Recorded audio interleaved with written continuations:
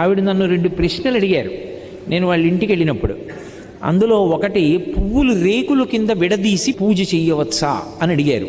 మంచి ప్రశ్న, అందుకు నేను ప్రస్తావిస్తున్నాను. బాగా జ్ఞాపకం పెట్టుకోండి, పువ్వు అంటే లక్ష్మి, పువ్వు అంటే జ్ఞానం, సరస్వతి.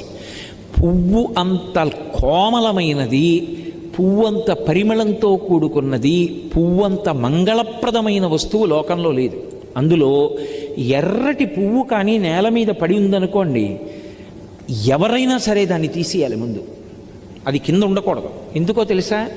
ఎర్ర పువ్వు కింద పడి సువాసిని కానీ ఎవ్వరూ తొక్కకూడదు, సువాసిని ప్రత్యేకించి తొక్కకూడదు.